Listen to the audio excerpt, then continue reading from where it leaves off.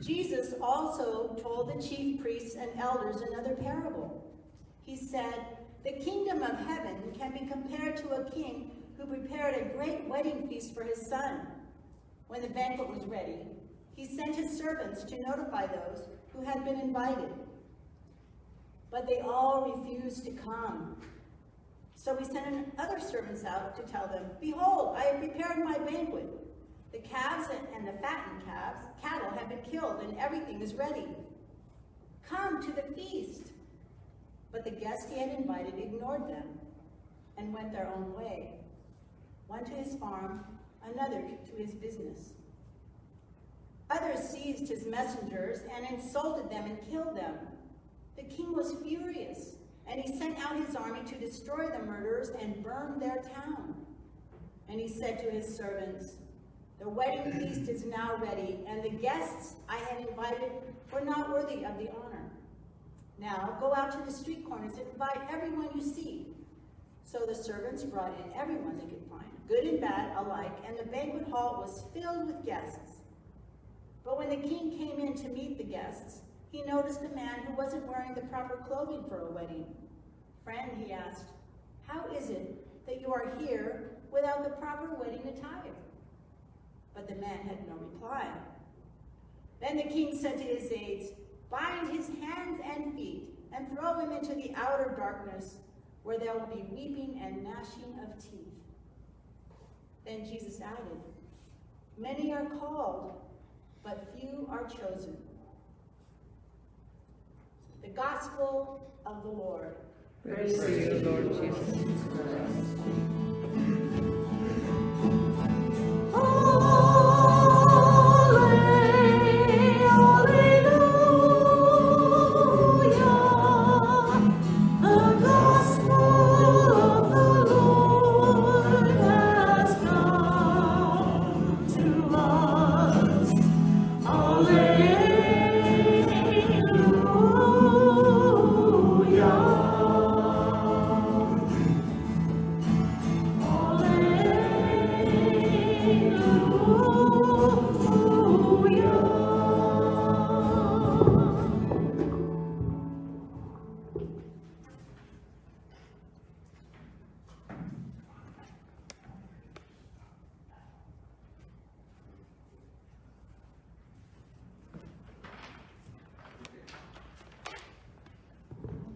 Please be seated.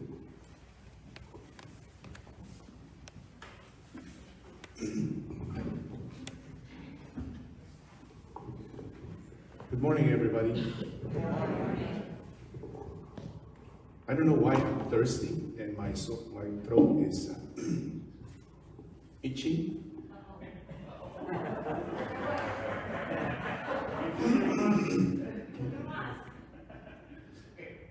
I'll tell you why.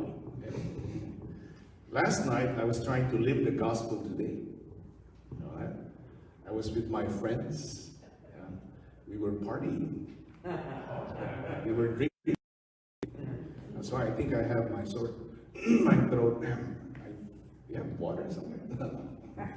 So what I like about the parable regularly is that there's just one message, and the details of the parable is not really important, and the responsibility lies on the listeners of the parable, and they will choose what they want to hear, and they will not choose what they don't want to hear. That's why somewhere in the parables it says there, they have eyes but they can't see, they have ears but they can't hear, mouth that cannot speak. So, but this parable of the kingdom of God, as we have always seen it, what is so now you know it's not coronavirus, no? Oh, last night also we were doing sing-along.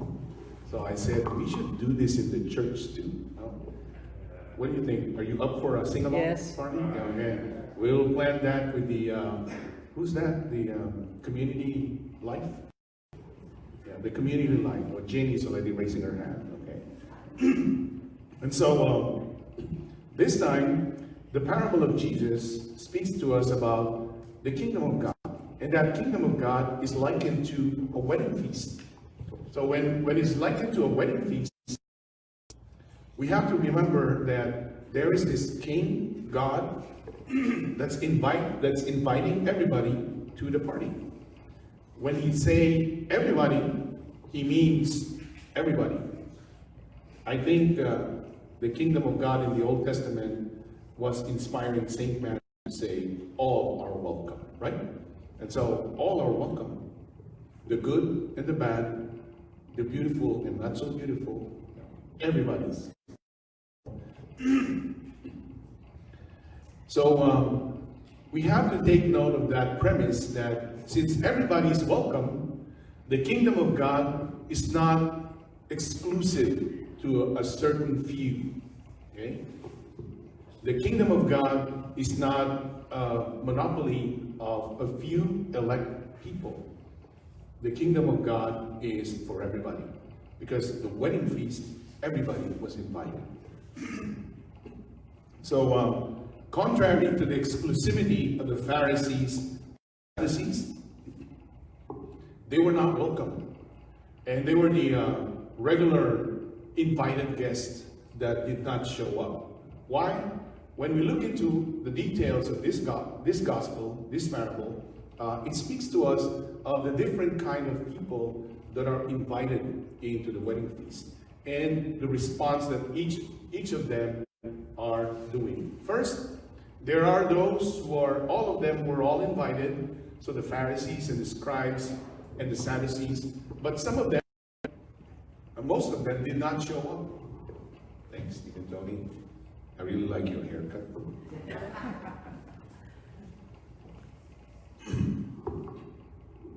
Some of them didn't show up, so when we see to the gospel, we see three kinds of response to the invitation. People who just flatly say, no, I'm not going. So we look into that and we see these kinds of people who have their hearts hardened. They refuse to accept the king, and they refuse to accept that the king organized a wedding feast. And they just flatly say no. Why? The king do not serve their purpose and do not serve their hidden agendas. So they flatly say they rejected the king and they did not show up in the party. And these people are close hearts. So these people are, when your heart is close, what else is close?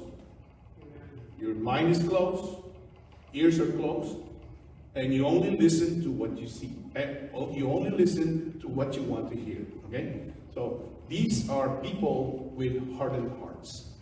The second are group of people who just showed up because they feel bad if they don't show up. So they feel bad if they don't attend the party. They were coerced by the messengers of the king. And so these people, they just go in because it's required for them to go in. So they just go there. How do you call these people? They just comply with the rule, the minimum. They're minimalists.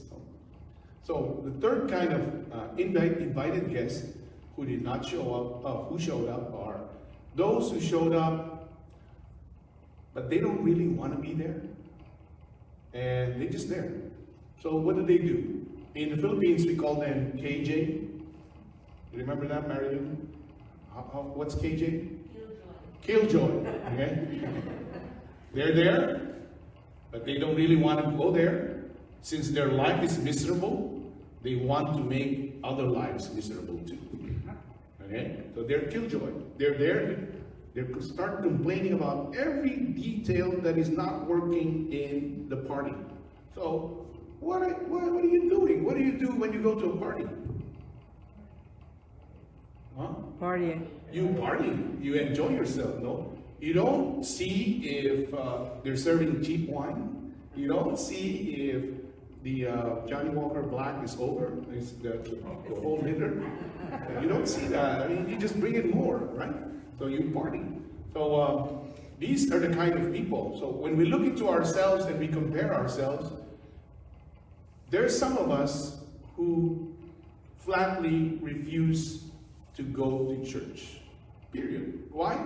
Because the invitation to the Eucharistic table of the Lord is like the wedding feast, and it's likened to the kingdom of God. So this is it. This is the concrete manifestation of the banquet of the Lord, the wedding feast. And some of us, we refuse to go to church. Why? Probably it does not serve our interest. Probably our hidden agenda is not reflected in there, so we just say no. The tragedy of a Christian life is when we refuse the love that is being offered to everybody. When we refuse that, what did the attitude of the person who was not wearing the right clothing? What did the king do to that? He was tied up and thrown out. Thrown out, where there's weeping and gnashing of teeth. No, was thrown out. So that's the tragedy of the Christian life. In previous Sundays, we also said that the Lord in the vineyard, He offered everything to the people of Israel, but they refused. So the Lord said, "It's not on me; it's on you. I offered, you refused, so I don't care. You go on your own way." But last Sunday He says, "I will ask the clouds not to rain on you. I will ask I will remove the fence protecting you so that you can be trampled by wild animals. If you don't want my love, it's on you." So that's it. So and then there are people who come to church because they're being pressured by the members of the church, and they say, "Hey, come to church with us. Come to church." So they just go, and they're there, and what do we call them? Bench warmers. Bench warmers. They're there. They're just there. Okay. They don't care what's happening. They're there. And there are those who they show up and see. Let's see and spy on what they're doing. Right? Let's go and check them out. Like that. And then let's make their lives miserable. See that? So I like this wedding feast. So I said, the heck with that. So we're not going there. When you come to church, you don't come to church simply because it's a requirement. You don't come to church simply because you feel bad and you can't say no to Bishop Peter. Or, oh, Mimi can. Or you feel bad that Jamie is always nagging you, hey, come to church, visit us, visit us. Or Mary Lou, no, they don't let you quiet, they don't leave you alone. So you go there. Yeah, okay. Yeah. So, where was I? And so, come to church. Why do we come to church? Because we feel honored to be part of that party. Why? Because we love God and we want to show it. So, if after 8 months you're becoming comfortable watching the Mass on live stream in Facebook, shut your computers down and come to St. Matthew, right? Because stop being comfortable watching the Mass on live stream. Last night, I saw how St. Matthew is really taking seriously the protocol in sanitizing the church. When you see the 4 UV lights, that's overkill, right? Because one covers 40 square feet to disinfect the church. We have 4 of them. And then when you see, we only have 39 chairs, like Sharon insisted. 39 chairs, 25%. So we're really, and then who was our usher is with the temperature every time you come in. It doesn't work on me, but she keeps on. We're really taking it seriously. So I said, why are you worried if you'll get the virus in St. Matthew, but you're not worried that you will get it in the beach, in the mall? Where else are you going? In the restaurant? Where else? Where else everybody's going? Bar, grocery store, every day. Well, I'm telling you, St. Matthew is the most sanitized place in Orange County.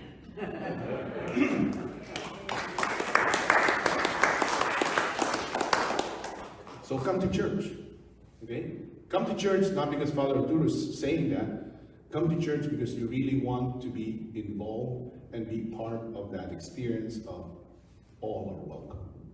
So, who are we? We are living stones. You know what living stones work for? You know what are they for? Aside from decorations, who were Boy Scouts here? To function. Boy Scouts before, no? So, did they teach you, Father Ben, how to light a fire without a match? What do we do? What do we use? Living stones. And what do you do with the living stones? So when you put them together and you strike them, it produces what? Fire. Not yet. The spark. So, didn't you feel the spark when John touched you at the entrance? Did you feel the spark in your life when you saw Deacon Tony, Mother Gabby, Mother Martha? I saw Doris running from her band just to say good morning to me. I felt like, wow, this is something, no? Can you feel that watching live streaming on Facebook? No. So you really have to come and experience, because we are living stones of the Lord. And when we come together, we strike a spark and we inspire one another. And so, come to church. Come to the wedding feast. Come to the table of the Lord. All are welcome. And so, we ask the Lord when we come here, we prepare ourselves with the right attitude. We put on Christ in us so that we will be part of it. When we come here with the right attitude, you're here to party. You're here to bless God. You're here to say hi and share that friendship and love to one another. Okay? So we are all here in this community, and I'm happy to see, like what I said, almost 25% of our capacity is filled up. So I would want to see that next week and the coming weeks to go, okay? So I invite everybody to come to church, come to the table of the Lord. That banquet feast, wedding feast is open, and everybody is invited. And so we ask the Lord and we offer ourselves, our community of St. Matthew, so that we will not lose that spirit of all are welcome. Amen? Amen.